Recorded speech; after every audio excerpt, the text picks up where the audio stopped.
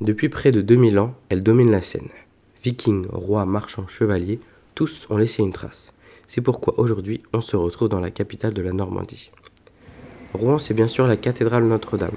Avec ses 151 mètres de haut, elle est aujourd'hui la plus haute cathédrale de France. La construction de l'édifice et son amélioration s'étalent du XIIe au XVIe siècle, à l'emplacement de la cathédrale romane dont on a conservé la crypte. En entrant dans la cathédrale, un seul mot nous vient à l'esprit. Waouh! Ici, tout est magnifique. Tout témoigne de la compétence des artisans médiévaux. Sous ces voûtes repose le célèbre Rollon, fondateur de la Normandie, son fils Guillaume Longuepée, le deuxième duc de Normandie, et le célèbre Richard Cœur de Lion, dont le cœur repose ici. Cette cathédrale a littéralement traversé l'histoire. Un véritable chef-d'œuvre architectural où l'on peut lire toute l'évolution de l'art gothique. Comment aller à Rouen sans aller voir le Gros Horloge? Avec sa grande roue dorée et son incroyable mécanisme, il fascine dès le premier regard. Son mécanisme a été construit en 1389, ce qui en fait l'un des plus anciens d'Europe encore en fonctionnement. À l'origine, il se trouvait dans une tour médiévale et son rôle était de rythmer la vie des habitants. L'arcade actuelle qui encadre le cadran a été construite au XVIe siècle, entre 1527 et 1529. Le Gros Horloge, ce n'est pas seulement une heure. Son cadran possède aussi un semainier, chaque jour étant associé à une divinité ou une planète selon la tradition des Romains. Petit exemple, aujourd'hui nous sommes lundi, le semainier représente Diane tenant un arc tiré par des cerfs accompagné par des chasseurs.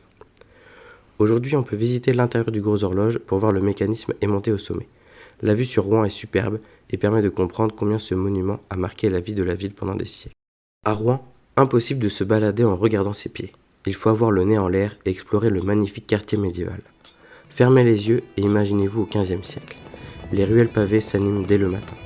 Sur la place du marché, les marchands installent leurs étals, légumes, fromages, tissus colorés. L'odeur du pain frais se mélange au bruit des sabots et des marteaux. Et chaque maison à colombage semble raconter l'histoire de ceux qui y vivent. Nous sommes à présent à la tour de la Pucelle, enfin ses ruines. Construite au Moyen-Âge, elle faisait partie des remparts de la ville et servait à la fois de tour de guet et de prison. C'est ici que Jeanne d'Arc a été détenue pendant une partie de son procès en 1431, avant son transfert vers le lieu de son jugement. Même si elle n'a pas été le lieu de son exécution, son nom et son histoire la lient à la mémoire de la Pucelle d'Orléans et en font un symbole incontournable du patrimoine rouennais. En route pour la place du Vieux Marché. C'est ici, exactement le 30 mai 1431, que Jeanne d'Arc fut jugée et brûlée vive à seulement 19 ans. Mais pourquoi un tel acte? Pour faire simple, les gens pensaient que la jeune fille était une sorcière. Il faut dire que la critique de la sorcellerie était très en vogue à cette époque. En 1429, cette paysanne affirme qu'elle a reçu de la part des saints Michel, Marguerite d'Antioche et Catherine d'Alexandrie la mission de délivrer la France de l'occupation anglaise. Elle va donc mener l'armée française à travers de nombreuses victoires. Capturée à Compiègne en 1430 par les Bourguignons alliés des Anglais pendant la guerre, elle sera jugée et tuée après un procès en hérésie conduit par Pierre Cochon, évêque de Beauvais. Cette exécution avait aussi une portée politique, éliminer un symbole fort du soutien au roi Charles VII, le roi de France. Au centre de la place se dresse une grande croix commémorative en mémoire de Jeanne d'Arc. Après l'histoire et les monuments, Rouen offre aussi une pause nature. Ici, au Jardin des Plantes, on change complètement d'ambiance. Le jardin compte 5600 espèces végétales et s'étend sur 8 hectares. La ville de Rouen en a fait l'acquisition en 1832. Aujourd'hui, on peut y voir des serres tropicales, une orangerie du 19e siècle, une roseraie, un pavillon historique, des jardins de plantes, des étangs, des fontaines, des oiseaux et bien d'autres. En entrant dans les serres, on change complètement d'époque. Ici, certaines plantes existaient déjà il y a plus de 250 millions d'années, bien avant l'apparition des dinosaures, quasiment inchangées depuis la préhistoire. Quand on marche ici, on ne se promène plus seulement dans un jardin, on marche au milieu de végétaux plus anciens que les pyramides d'Égypte. Au Jardin des Plantes, on traverse plusieurs mondes. D'un côté, une ambiance tropicale, presque amazonienne, de grandes feuilles, une rivière qui coule, la chaleur, une pluie fine.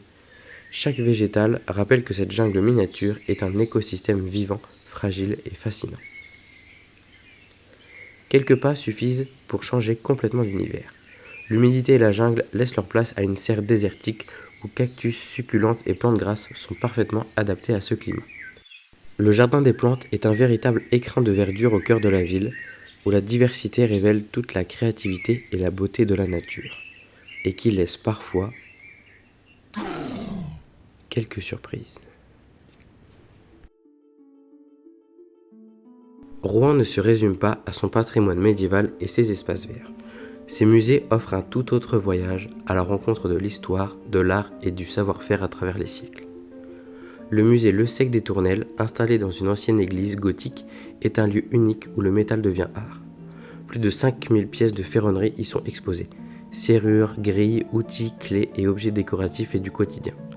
Chaque pièce témoigne du savoir-faire exceptionnel des artisans du passé et de leur créativité. On y découvre que le métal, loin d'être seulement utilitaire, peut devenir une véritable expression artistique façonnée par des siècles de tradition et d'ingéniosité. Le musée des Beaux-Arts est un véritable trésor pour les amateurs d'art et d'histoire. De la Renaissance au XXe siècle, les œuvres offrent un panorama complet de peinture, de sculpture et d'art graphique. On peut y admirer des chefs-d'œuvre de Rubens, Caravage, Géricault et bien d'autres. Parmi ces trésors, les œuvres impressionnistes sur le parcours de la Seine, en particulier avec les œuvres de Claude Monet qui captivent particulièrement. Le peintre, célèbre pour sa série sur la cathédrale de Rouen, a su saisir la lumière, le ciel et les saisons, transformant les pierres et les façades en véritables tableaux vivants. Le musée ne se limite pas à la peinture. Sculptures, dessins, gravures et objets d'art viennent enrichir l'expérience et montrent l'évolution des styles, des techniques et des sensibilités. Direction ensuite l'Historial Jeanne d'Arc, un musée unique qui plonge le visiteur au cœur de l'histoire de la pucelle d'Orléans, grâce à des expositions interactives, des documents historiques originaux et des reconstitutions immersives. Dans chaque salle, on revit les étapes du procès de Jeanne d'Arc, ses interrogatoires et les événements qui ont marqué sa vie. Le musée permet de comprendre non seulement le destin exceptionnel de cette jeune femme, mais aussi le contexte politique, religieux et social de son époque. Ici, on comprend et on apprend sa vie et l'histoire de sa légende bien mieux qu'autre part, notamment grâce à l'intervention de personnages, d'historiens, d'archives, de vidéos et d'objets uniques.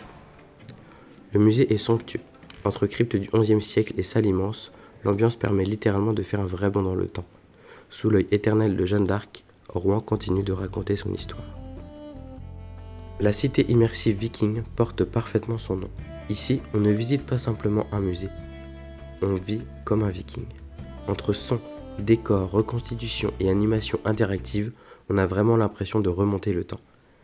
Entre histoire de Rollon et fondation de la Normandie et bataille d'Hastings, la cité est un véritable chef-d'œuvre visuel. Hastings, 14 octobre 1066. Les Normands livrent l'une des plus grandes batailles du Moyen-Âge. Un véritable chef-d'œuvre est parvenu jusqu'à nous pour saisir l'épopée de Guillaume. Admirez la tapisserie de Bayeux.